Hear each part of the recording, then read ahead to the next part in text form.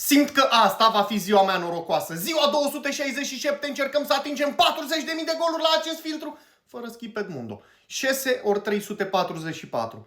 Marțial. După Marțial, 100% va veni un jucător cu multe goluri. V-am spus, cunosc filtru pe de rost. După Pele, cred că va veni un jucător cu mai puține goluri. Nu sunt chiar atât de puține. 546 ori 9. Balonul de carton, bro, usturoi în ochii tăi și usturoi în golurile tale, bro. Ronaldo, dă-l, bă, te rog eu frumos pe celălalt Ronaldo să am și o șansă. Messi Ronaldo, Messi Ronaldo. Diaria. Trebuie să risc. Dacă nu risc, nu am șanse. 3 ori 210. Acum e acum. Juninho. Tot aia e.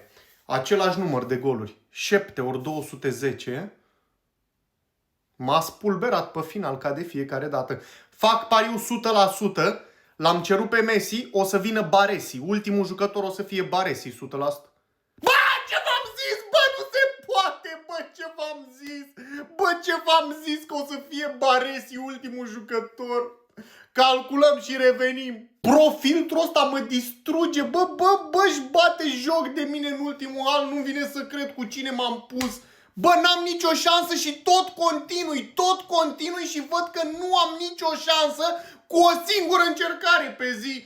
Dar nu renunț și ne vedem mâine cu ziua 268.